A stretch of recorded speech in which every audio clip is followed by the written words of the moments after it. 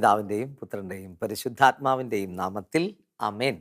Goodness T വിയുടെ വചനദീപ്തി ശുശ്രൂഷയിലേക്ക്, ദൈവവചന ചിന്തയിലേക്ക് എല്ലാ പ്രേക്ഷകർക്കും ഹൃദയം നിറഞ്ഞ സ്വാഗതം. കർത്താവ് ഇന്ന് ദൈവവചനമായിട്ട് നമ്മുടെ മുമ്പിൽ കാത്തിരിക്കുന്നു.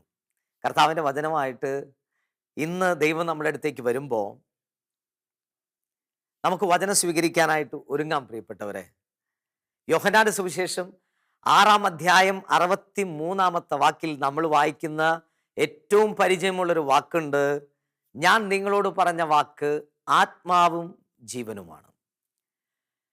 ഈ വിശുദ്ധ ഗ്രന്ഥം, ഇതിലുള്ള ഓരോ വാക്കുകൾ പോലും പൗലോസ്ലീഹ പറയുന്നുണ്ട്, തിമോത്തിയോസിന്റെ ലേഖനത്തിന് പറയുന്നുണ്ട്, ഇത് ആത്മാവിനാൽ നിവേശിക്കപ്പെട്ടിരിക്കുകയാണ്. എന്താണ് ദൈവവചനം വായിക്കുമ്പോൾ ആൾക്കാർക്ക് മാനസാന്തരം, അത്ഭുതങ്ങൾ, രോഗശാന്തി അല്ലേ? കഴിഞ്ഞ ദിവസം ഒരു ചെറുപ്പക്കാരനെ ഞാൻ പരിചയപ്പെട്ടു. ആള് എഞ്ചിനീയറായിട്ട് ശുശ്രൂഷ ചെയ്യുന്ന ഒരാളാണ്. ആള് പെട്ടെന്ന് ദൈവകരുണാ ശുശ്രൂഷയിലേക്ക് ഇറങ്ങിയിരിക്കുന്ന ഒരു വ്യക്തിത്വമാണ്. അപ്പൊ അദ്ദേഹത്തെ സ്പർശിച്ചൊരു വാക്ക്, ആ വാക്ക് ഇതാണ്: രക്ഷ പ്രാപിക്കാൻ ഞാൻ എന്ത് ചെയ്യണം? യുവാവ് ചോദിക്കുകയാണ്. അപ്പൊ പറഞ്ഞു, നീ പ്രമാണങ്ങളൊക്കെ പാലിക്കുന്നുണ്ടോ? ഉണ്ട്, കൃത്യമായിട്ട്. അടുത്ത വാക്ക് ഇങ്ങനെ സംസാരിച്ചു. അപ്പൊ ധ്യാനത്തിലൂടെയാണ് അദ്ദേഹത്തെ കേൾക്കുന്നത്. ആ വചനം ഇങ്ങനെയാണ് അവിടെ കേട്ടത്: നീ പോയി നിനക്കുള്ളതെല്ലാം വിറ്റ് നീ ദരിദ്രർക്ക് കൊടുക്കുക, അപ്പോൾ നീ സ്വീകാര്യനാകും. ഈ വാക്ക് കേട്ടപ്പോൾ ആ മനുഷ്യൻ പറയും, നമുക്ക് സാധാരണ മറ്റു പല വചനങ്ങളൊക്കെ കേൾക്കുമ്പോൾ മാനസാന്തരം ഉണ്ടായെന്നൊക്കെ ഞാൻ കേട്ടിട്ടുണ്ട്, കർത്താവായ യേശു ക്രിസ്തുവിൽ വിശ്വസിക്കുക. പക്ഷെ ഇവിടെ ഈ ചെറുപ്പക്കാരന് ദൈവകരുണ ശുശ്രൂഷ പ്രചരിപ്പിക്കാനായിട്ട് അദ്ദേഹത്തിന് കിട്ടിയൊരു വചനം എന്ന് പറയുന്നത്, നിനക്കുള്ളത് വിറ്റ് നീ ദരിദ്രർക്ക് കൊടുക്കുക. ഈ വാക്ക് കേട്ടപ്പോൾ അദ്ദേഹത്തിന് ഒരു ഉൾവിളി ഉണ്ടായി, എൻ്റെ ഈ ജോലി വിട്ട് ദൈവ ശുശ്രൂഷയ്ക്കായിട്ട് ഇറങ്ങണം. അങ്ങനെ ഇറങ്ങിയ ഒരു ചെറുപ്പക്കാരനെ പരിചയപ്പെടാനായിട്ട് ഇടയായി ഈ അടുത്ത ദിവസങ്ങളിൽ.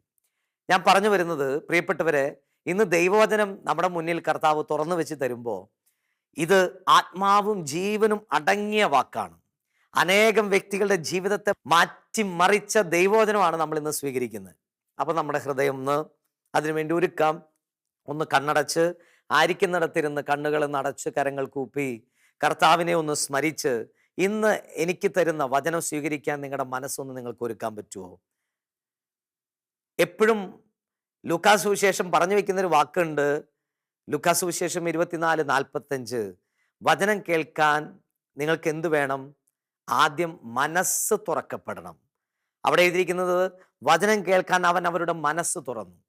എത്ര ഇഷ്ടമുള്ള വ്യക്തി അടുത്തിരുന്നു എന്ന് പറഞ്ഞാലും ഇഷ്ടമുണ്ടെങ്കിലേ കേൾക്കാൻ പറ്റുള്ളൂ. മനസ്സിനൊരു ഇഷ്ടം വേണം, അല്ലേ? ഭാര്യയും ഭർത്താവും അടുത്ത് ചേർന്ന് കൈയൊക്കെ പിടിച്ചിട്ടായിരിക്കണേ. ചിലപ്പോൾ വാ തോരാതെ ഭാര്യ പറയുന്നുണ്ടാവും, വാ തോരാതെ ഭർത്താവ് പറയുന്നുണ്ടാവും, എന്നാലും ഒന്നും കേൾക്കത്തില്ല. കുറച്ച് കഴിയുമ്പോൾ ചോദിക്കും, നീ എന്നാടി പറഞ്ഞേ, നിങ്ങൾ എന്നാ പറഞ്ഞേ എന്ന് ചോദിക്കും. കാരണം എന്താണെന്നറിയാമോ? അവർ മനസ്സ് തുറന്നില്ല. അപ്പൊ ആദ്യം തുറക്കേണ്ടത് മനസ്സാണ്. മനസ്സ് തുറന്നാലേ നമുക്ക് കേൾക്കും, പറയുന്നത് അല്ലെങ്കിൽ പ്രസംഗിക്കപ്പെടുന്നത്, കർത്താവ് എന്നോട് സംസാരിക്കുന്നത് നമുക്ക് ഗ്രഹിക്കാൻ പറ്റുള്ളൂ.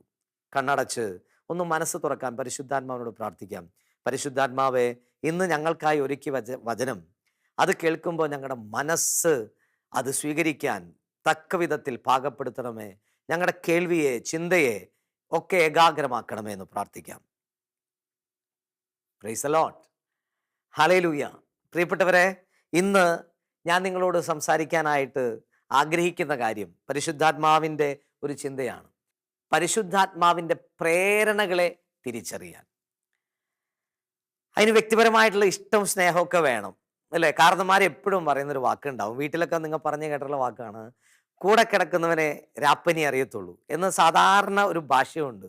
എന്ന് പറഞ്ഞാൽ അത്ര ഇൻറ്റിമസി ഉള്ള വ്യക്തിക്ക് ആ വ്യക്തിയുടെ കാര്യങ്ങൾ അറിയാം, ഡീറ്റെയിൽ ആയിട്ട് അറിയാം എന്നുള്ളതുമാണ് അതിൻ്റെ സാരാംശം.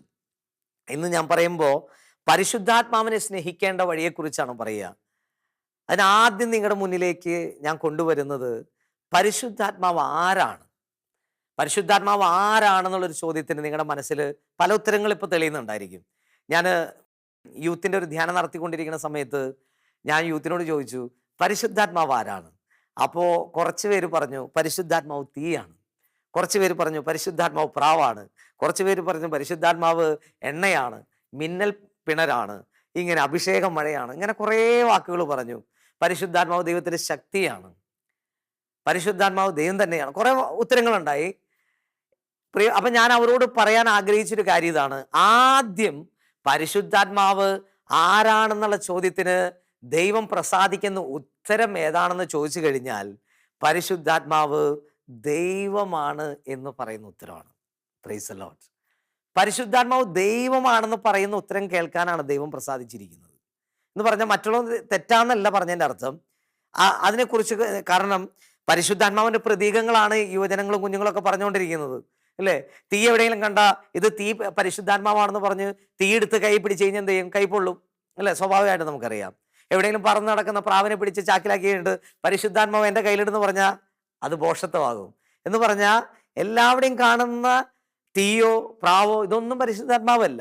പരിശുദ്ധാത്മാവിന് അത്തരം പ്രതീകങ്ങളിൽ ഇടപെടാൻ പറ്റും, ഇടപെട്ടിട്ടുണ്ട് സഭയുടെ ചരിത്രത്തിൽ, ബൈബിളിന്റെ ചരിത്രത്തിൽ എന്നുള്ളതാണ് അതിൻ്റെ അടിസ്ഥാനം. അപ്പോ പരിശുദ്ധാത്മാവ് ആരാണെന്നുള്ള ചോദ്യത്തിന് നമുക്ക് ആദ്യം തെളിഞ്ഞു വരേണ്ട ഉത്തരം പരിശുദ്ധാത്മാവ് ദൈവമാണ്.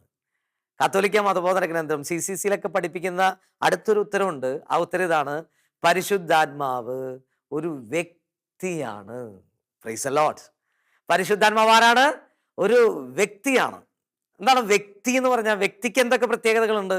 വ്യക്തി എന്ന് പറഞ്ഞാൽ വ്യക്തിക്ക് എന്തൊക്കെ പ്രത്യേകതകളുള്ളൂ? വ്യക്തിക്ക് ഇമോഷൻസ് ഉണ്ട്, വ്യക്തിക്ക് ഇഷ്ടങ്ങളുണ്ട്, വ്യക്തിക്ക് ആഗ്രഹങ്ങളുണ്ട്, അല്ലേ? വ്യക്തി താല്പര്യങ്ങളുണ്ട്, വ്യക്തിക്ക് എന്താ പറയുക, ഇങ്ങനെ ഒരു പേഴ്സണാലിറ്റി ഉണ്ട്.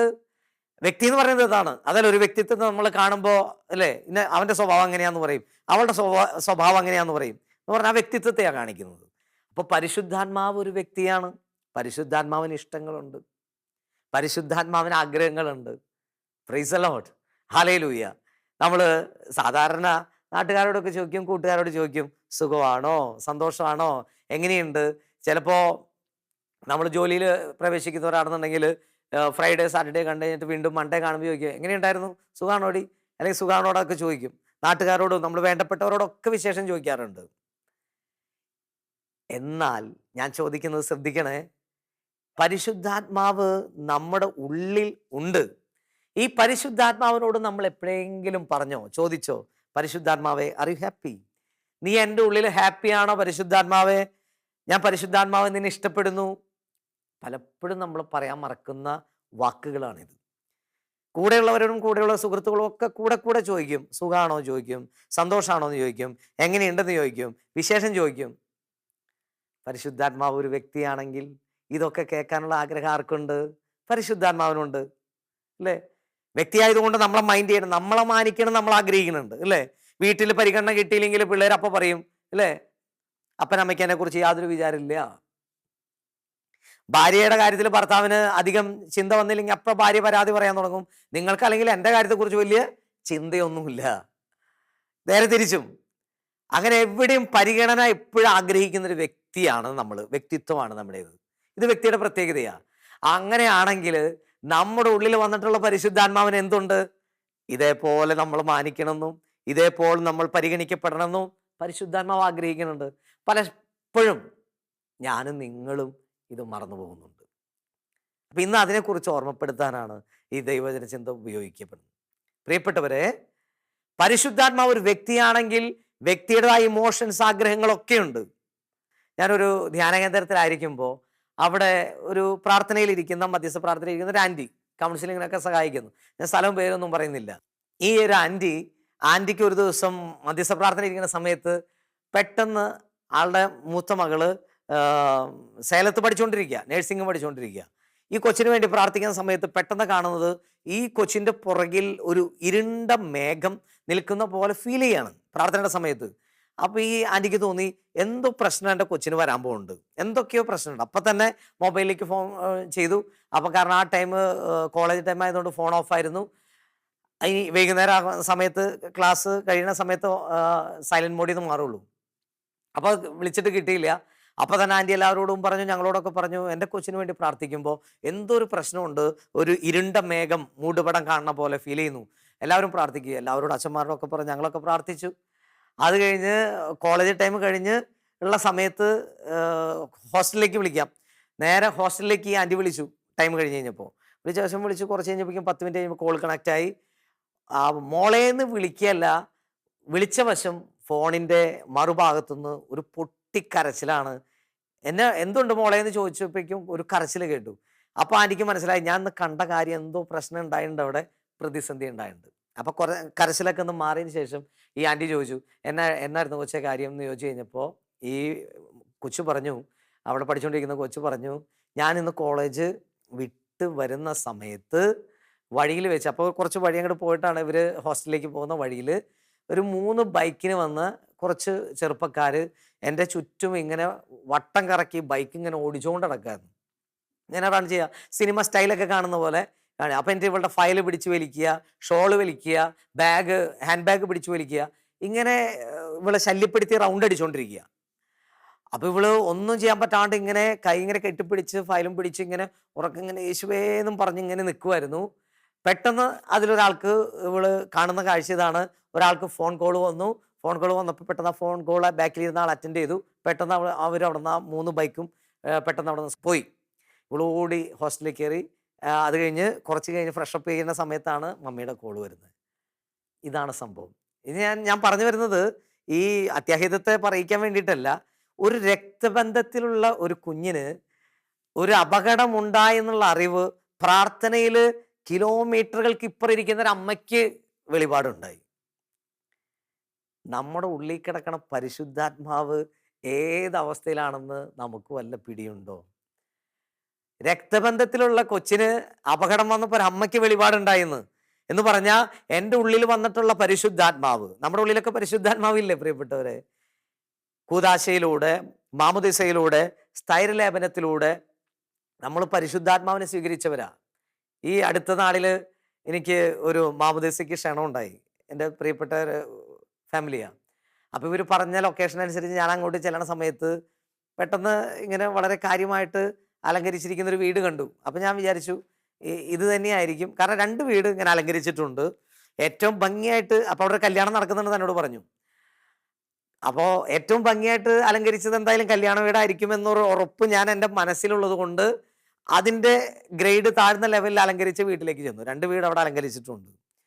ഞാൻ അങ്ങോട്ട് ചെന്ന് കഴിഞ്ഞപ്പോൾ ഞാൻ പറഞ്ഞു, നിന്നെ ചേട്ടൻ്റെ വീടല്ലേ എന്ന് ചോദിച്ചു എന്നപ്പോൾ പറഞ്ഞു, അതല്ല, ആ വീട് അതാണ്. മാമുദിസ നടക്കുന്ന വീട് കല്യാണം നടക്കുന്ന വീടിനേക്കാളും കെങ്കേമമായിട്ടാണ് അലങ്കരിച്ചിരിക്കുന്നത്. കണ്ടിട്ട് പോലും പിടി കിട്ടുന്നില്ല. അങ്ങനെയാണ് നമ്മൾ ഈ കൂദാശയിലേക്ക് ഇന്ന് കടന്നു ചെല്ലുന്നത്. ഒരു ആദ്യ കുർബാന സ്വീകരണമായിക്കോട്ടെ അല്ലേ, കുറച്ചധികം ആൾക്കാരെ വിളിച്ച് അത് വളരെ അതിനൊരു ഫോട്ടോഷൂട്ട് നടത്തി, എന്ന് പറയുക, പണ്ട് കാലത്തെ വെഡ്ഡിങ് പോലെയൊക്കെയാണ് ഇന്ന് ആദ്യ കുർബാന, റിസപ്ഷൻ അതുപോലെ തന്നെ, ഫസ്റ്റ് കമ്മ്യൂണിയന്. അപ്പം ഇങ്ങനെ ഇത്രയും ഗൗരവമായിട്ട് പരിശുദ്ധാത്മാവിനെ നമ്മൾ അച്ചാരമായിട്ട് സ്വീകരിച്ചിട്ടും ഇന്ന് ഈ ഒരു പരിശുദ്ധാത്മാവ് ഉള്ളിലുണ്ടെന്നുള്ള ചിന്ത, ഈ പരിശുദ്ധാത്മാവ് എങ്ങനെ എൻ്റെ ഉള്ളിൽ കിടക്കണേ എന്നുള്ള ചിന്ത നമുക്ക് അന്യമായി പോയിരിക്കുക. അതുകൊണ്ടാണ് ഈ അമ്മയുടെയും കൊച്ചിൻ്റെ അനുഭവം എടുത്തിട്ട് ദൂരത്ത് കിലോമീറ്റർ 400 കിലോമീറ്റർ അകലെയുള്ള കുട്ടിക്ക് എന്താ സംഭവിക്കാൻ പോകണമെന്ന് അമ്മയ്ക്ക് വെളിപാടുണ്ടായി. പക്ഷേ എൻ്റെ ഉള്ളിൽ ഞാൻ കൂദാശയിലൂടെ സ്വീകരിച്ച പരിശുദ്ധാത്മാവ് എങ്ങനെയാ കിടക്കണേ, ആ പരിശുദ്ധാത്മാവിൻ്റെ പൊട്ടിക്കരച്ചിൽ എങ്ങനെയാണ്, ഇതൊന്നും നമുക്ക് പിടിയില്ല പ്രിയപ്പെട്ടവരെ. എനിക്കും നിങ്ങൾക്കും, ഞാൻ എന്നെ ചേർത്താ പറയുന്നത്. അപ്പം അങ്ങനെയാണെങ്കിൽ നമ്മുടെ ഗ്രേഡ് മാറേണ്ടത് അത്യന്താപേക്ഷിതമാണ്. അതിനു വേണ്ടിയിട്ട് ഇന്നൊരു ചിന്ത നിങ്ങളുടെ മുമ്പിലേക്ക് ഞാൻ കൊണ്ടുവരിക. അപ്പം നമ്മുടെ വീട്ടിലേക്ക് ഒരു ഗസ്റ്റ് വന്നെന്ന് വിചാരിക്കുക. ഒരു പ്രിയപ്പെട്ട ഒരു ഗസ്റ്റ് നമ്മുടെ വീട്ടിലേക്ക് വന്നു. അപ്പോൾ നമ്മൾ എന്ത് ചെയ്യും? അതിന് പുള്ളിനെ വെൽക്കം ചെയ്യും, ഒരു വെൽക്കം ഡ്രിങ്ക് ഉണ്ടെങ്കിൽ കൊടുക്കും, എന്നിട്ട് വിശേഷങ്ങളൊക്കെ പറയും. കുറച്ച് കഴിയുമ്പോൾ നമ്മൾ ഒരു വിശിഷ്ടമായ ഭക്ഷണം ഒരുക്കി വെച്ച് കൊടുക്കും. അങ്ങനെ പുള്ളിക്ക് ഒരു ഗസ്റ്റ് റൂം കൊടുക്കും. അങ്ങനെ ആ ഗസ്റ്റ് റൂമിൽ കൊണ്ട് പുള്ളീനെ അവിടെ ഇട്ടു. പിന്നെ അടുത്ത ടൈമിൽ പുള്ളിയുടെ ഭക്ഷണകാര്യമോ വിശേഷമോ ഒന്നും തിരക്കാതിരുന്നാൽ എന്തായിരിക്കും സ്ഥിതി? നിങ്ങളൊന്ന് ഓർത്ത് നോക്കിക്കേ. ആ പുള്ളിയുടെ മനസ്സ്, ഞാൻ പറയാം, നിങ്ങൾ പറയാതെ തന്നെ, ഈ വീട്ടിലേക്ക് വരണ്ടായിരുന്നു. കാരണം ഇവിടെ വന്ന് മുറിയിൽ അടച്ചിട്ട് നമ്മൾ പോയെന്ന് നിൽക്കുക. ശരിക്കും പറഞ്ഞാൽ പരിശുദ്ധാത്മാവിനെ സ്വീകരിച്ചപ്പോൾ ഈ അവസ്ഥയും തമ്മിൽ എന്ത് വ്യത്യാസമുള്ളത്? വലിയ കൊട്ടും ഘോഷമായിട്ടും ആർഭാടമായിട്ടും വലിയ പരിപാടിയായിട്ടൊക്കെ നാട്ടുകാർ വിളിച്ച് സദ്യം കൊടുത്ത് ആഘോഷമായിട്ട് അറിയിച്ച് പരിശുദ്ധാത്മാവിനെ സ്വീകരിച്ചതാ. ഈ അടച്ചിട്ടേക്കണ പരിശുദ്ധാത്മാവിനെ കൊണ്ട് ഇതിലിട്ടിട്ട് പിന്നെ നോക്കിയിട്ടില്ല, പിന്നെ ഒരു വിശേഷം ചോദിച്ചിട്ടില്ല, ഒന്നും മിണ്ടിയിട്ടില്ല, ഒന്നും പരിഗണന കൊടുത്തിട്ടില്ല. അങ്ങനെയാണെങ്കിൽ ആ പരിശുദ്ധാത്മാവിൻ്റെ അവസ്ഥ എങ്ങനെയായിരിക്കും? നിങ്ങളൊരു സ്ഥലത്ത് കൊണ്ടിട്ടിട്ട്, എന്നെയോ നിങ്ങളെ കൊണ്ടിട്ടിട്ട് ഒരാൾ പരിഗണിക്കാതിരുന്ന് എന്തായിരിക്കും നമ്മുടെ വീർപ്പുമുട്ടൽ? ശരിക്കും പറഞ്ഞ പരിശുദ്ധാത്മാവ് നമ്മുടെ ഉള്ളിൽ വീർപ്പ് മുട്ടിക്കഴിയാണ്. Praise the Lord. ഹല്ലേലൂയ. ഇത് കല്യാണത്തിന്റെ ബന്ധത്തെക്കുറിച്ച് നമ്മൾ എപ്പോഴും വായിച്ചു കേട്ടിട്ടുണ്ട്. അല്ലെങ്കിൽ നമ്മൾ കല്യാണത്തിൽ പങ്കെടുക്കുമ്പോൾ പറഞ്ഞു ഇന്നു മുതൽ മരണം വരെ, അല്ലേ? കല്യാണത്തിന്റെ ലെങ്ത്, ബന്ധത്തെക്കുറിച്ച്, അഭേദ്യ ബന്ധത്തെക്കുറിച്ച് പറയും. ഇന്നു മുതൽ മരണം വരെ ലെങ്ത് ആണ്, അല്ലേ? എന്നാൽ അതിനേക്കാളും എസ്റ്റാബ്ലിഷ്ഡ് ആയിട്ടുള്ള ഒരു റിലേഷൻഷിപ്പിലാണ് പരിശുദ്ധാത്മാവിനെ നമ്മൾ സ്വീകരിക്കുന്നത്, അല്ലേ? അത് മരണത്തിലൂടെ തീരുമോ? തീരത്തില്ല. മരണം കഴിഞ്ഞാലോ അതിനൊരു ലൈഫുണ്ട്. അപ്പം മരണത്തിൽ തീരുന്ന ഒരു ബന്ധമല്ല, വിവാഹത്തെക്കാൾ ഉപരി ഡെപ്തുള്ള സ്വർഗം വരെ നമ്മൾ എത്തിക്കുന്ന ഒരു റിലേഷൻഷിപ്പിൽ, അച്ചാരത്തിലാണ് നമ്മൾ കൂദാശയിലൂടെ ഒപ്പുവെക്കുന്നത്. Praise the Lord. ഹല്ലേലൂയ. പ്രിയപ്പെട്ടവരെ, എന്നിട്ടും ഈ ആത്മാവിനെ മൈൻഡ് ചെയ്യാത്തത് അത് വല്ലാത്ത ഗുരുതര വീഴ്ചയാണ്. അങ്ങനെയാണെങ്കിൽ ഒരു കാര്യം ചിന്തിക്കാം. ഒരു വചനം ജെറമ്യാ പ്രവാചകന്റെ പുസ്തകത്തിൽ 13-ാം അധ്യായം 17-ാമത്തെ വാക്യം. അവിടെ ജെറമ്യാ പ്രവാചകൻ എഴുതി വെച്ചേക്കുന്നത് ഇങ്ങനെയാണ്: നിങ്ങളുടെ അനുസരണക്കേടിനെ പ്രതി ആത്മാവ് ഉള്ളുരുകി കരയും. Price the Lord. നമ്മുടെ അനുസരണക്കേടിനെ പ്രതി നമ്മൾ അടിമത്തത്തിലേക്ക് പോകയാൽ, വീണ്ടും അടുത്ത വാക്ക് എഴുതിയിരിക്കുകയാണ്, വീണ്ടും നമ്മൾ അടിമത്തത്തിലേക്ക് പോകയാൽ ഉള്ളു നൊന്ത് കരയും, ആത്മാവ് കണ്ണീർ ധാരധാരയായിട്ട് ഒഴുക്കും. Price the Lord. ഒരു വ്യക്തി കരയുന്നത് പോലെ പരിശുദ്ധാത്മാവ് കരയുന്നു, ബൈബിളിൽ എഴുതി വെച്ചിട്ടുണ്ട്. ഹല്ലേലൂയ. Price the Lord. പ്രിയപ്പെട്ടവരെ, ഈ ആത്മാവിൻ്റെ കരച്ചിൽ നമ്മൾ അറിയുന്നില്ല. നാട്ടുകാരോട് വിശേഷം ചോദിക്കുന്നുണ്ട്, വീട്ടുകാരോട് വിശേഷം ചോദിക്കുന്നുണ്ട്. പരിശുദ്ധാത്മാവേ, നിനക്ക് എൻ്റെ ഉള്ളിൽ സുഖമാണോ? ചോദിച്ചിട്ടില്ല. ഞാനും ചോദിച്ചിട്ടില്ല. ഇപ്പം ഞാൻ പലപ്പോഴും ഇത് ട്രൈ ചെയ്തുകൊണ്ടിരിക്കുക. പ്രിയപ്പെട്ടവർ, അങ്ങനെയാണെങ്കിൽ ഇന്ന് ഈ വചനം ഒന്ന് അടിവരയിട്ടൊന്ന് ചിന്തിക്കുന്നത് നല്ലതാണ്. നമ്മുടെ അനുസരണക്കേടിനെ പ്രതി ആത്മാവ് ഉള്ള് നൊന്ത് കരയും, കണ്ണീർ ധാരധാരയായി ഒഴുക്കപ്പെടും. പരിശുദ്ധാത്മാവിന് പരിഗണന കിട്ടാണ്ട് വരുമ്പോ പരിശുദ്ധാത്മാവ് എനിക്ക് ഈ വ്യക്തിനെ വിട്ട് പോണെന്നല്ല പറയണേ, എന്നെ ഒന്ന് പരിഗണിച്ചൂടെ. എല്ലാത്തിനും കഴിവുള്ള പരിശുദ്ധാത്മാവ് ഉള്ളിലുണ്ടായിട്ട് നമ്മൾ കിടന്ന് പരാതി പറയും. എനിക്ക് ഒരു പരീക്ഷ എടുക്കുന്ന സമയത്ത് പിള്ളേര് പരാതി പറയും, അയ്യോ പരീക്ഷയാണ്, എനിക്ക് എങ്ങനെ കിട്ടും. പിന്നെ കൈതിരുമല്, വയറൊഴിയില്, തലവേദന, നെഞ്ചുവേദന, ഇല്ലാത്ത രോഗങ്ങളൊന്നുമില്ല. ഒരു ഇന്റർവ്യൂവിന് പോയ അപ്പ ടെൻഷനാണ്. ഇത്തിരി സാമ്പത്തിക ലെവൽ താഴേക്ക് പോയ അപ്പ ടെൻഷനാണ്. എന്തെങ്കിലും പ്രയാസം വന്നാൽ, തകർച്ച വന്നാൽ അപ്പ തകർന്നു. ഒരു രോഗമുണ്ട്, കണ്ടെത്തി കഴിഞ്ഞാൽ വീഴ്ചയാണ്, പിന്നെ പ്രാർത്ഥനയില്ല. എന്താ ഈ താഴ്ചയിലേക്ക് പോകാനുള്ള കാരണം എന്നറിയാമോ? നമുക്ക് കിട്ടിയ ഈ റിലേഷൻഷിപ്പ് നമ്മൾ ഫോളോ ചെയ്യാത്തത് കൊണ്ടാണ്, അത് അപ്ഡേറ്റ് ചെയ്യാത്തത് കൊണ്ടാണ്. Price the Lord. ഹല്ലേലൂയ. നമ്മൾ ഭയപ്പെടുന്ന സമയത്ത് പരിശുദ്ധാത്മാവ് ഉള്ളിലിരുന്ന് പറയുന്നുണ്ട്, കുഞ്ഞെ, നിനക്ക് ധൈര്യം തരുന്ന ഒരാൾ നിന്റെ ഉള്ളിൽ കൊണ്ടുവന്ന് വെച്ചിട്ടുണ്ട്, നീ ഒന്ന് പരിഗണിക്ക്. ലെവല് മാറും. ഇന്ന് നമ്മുടെ ലെവല് താന്നുകൊണ്ടിരിക്കുക, ലെവൽ ഉയരണില്ല, താഴേക്കാ പോകുന്നത്. എന്തിനാ പരിശുദ്ധാത്മാവിന് ദൈവം തന്നേക്കുന്നത്? അച്ചാരമായിട്ട് സ്വർഗജീവിതം വരെ ഉയർച്ചയിലേക്ക്, അല്ലേ? നമ്മുടെ വിശ്വാസ വളർച്ചയിലേക്ക്, ഏത് പ്രതിസന്ധിയിലും അതിനെ ഓവർകം ചെയ്തു പോകാൻ ശേഷിയുള്ള ആത്മാവിനെ സ്നേഹമായിട്ടും ആനന്ദമായിട്ടും ദയയായിട്ടും ജ്ഞാനമായിട്ടും ദൈവഭക്തിയായിട്ടും ദൈവമായിട്ടും വരദാനങ്ങളായിട്ടും ഒക്കെ തരാൻ കഴിവുള്ള ഒരാളെ കൊണ്ടുവന്ന് നമ്മുടെ ഉള്ളിൽ സ്ഥിരപ്പെടുത്തിയേക്കുക, സ്ഥായിയായിട്ടുള്ള ഒരു ബന്ധം. എന്നിട്ട് ഈ ബന്ധത്തിലേക്ക് യാതൊരു എന്താ പറയുക, മൂർച്ച കൂട്ടലോ അപ്ഡേഷനോ നടത്താതെ, എനിക്ക് പറ്റണില്ലേ, പേടിയാണേ, സ്നേഹമില്ലേ, എന്നെ സ്നേഹിക്കാൻ ആരുമില്ലേ, എനിക്ക് ക്ഷമിക്കാൻ പറ്റണില്ലേ എന്നൊക്കെ പരാതി പറയുമ്പോൾ, പ്രിയപ്പെട്ടവരെ, ഒരു കാര്യം ഓർത്തേക്കണം, പരിശുദ്ധാത്മാവ് ശരിക്കും പറഞ്ഞ മുഖത്ത് കൈവിരൽ വെച്ചിട്ട് ഉള്ളിലിരിപ്പുണ്ട്. നിനക്ക് നാണാവൂല്ലേ എന്നാ പരിശുദ്ധാത്മാവ് ചോദിക്കണേ. നിനക്ക് കുറച്ചും കൂടി ഒന്ന് മൈൻഡ് ചെയ്തുകൂടെ? നിനക്ക് ക്ഷമിക്കാൻ പറ്റണില്ല? ഞാനൊരു ധ്യാന കേന്ദ്രത്തിലായിരിക്കുമ്പോൾ ഒരു ആൾ പ്രാർത്ഥിക്കുന്ന ഇങ്ങനെ ഞാനിങ്ങനെ ശ്രദ്ധിച്ചു. ഒരു വ്യക്തി, അവിടുത്തെ മധ്യസ്ഥ പ്രാർത്ഥനയിലെ ഒരു വ്യക്തി, ആൾ മുട്ടുകുത്തി കൈവരിച്ചു പറയാം, പരിശുദ്ധാത്മാവേ എനിക്ക് ക്ഷമ തരണേ, പരിശുദ്ധാത്മാവേ എനിക്ക് സ്നേഹം തരണം, ഇങ്ങനെ പ്രാർത്ഥിക്കുന്നത് ഞാനിങ്ങനെ. അപ്പം ഞാൻ ബൈബിൾ വായിച്ച് അവിടെ ചാരി ഇരിപ്പുണ്ട്. അപ്പം ഞാൻ ബൈബിൾ വായിക്കുന്നതിനേക്കാൾ കൂടുതൽ ആളുടെ പ്രാർത്ഥന എൻ്റെ ഉള്ളിൽ ഇങ്ങനെ ഒരു ക്ലാഷ് ആയിട്ട് ഇങ്ങനെ ഉടക്കി വരികയാണ്.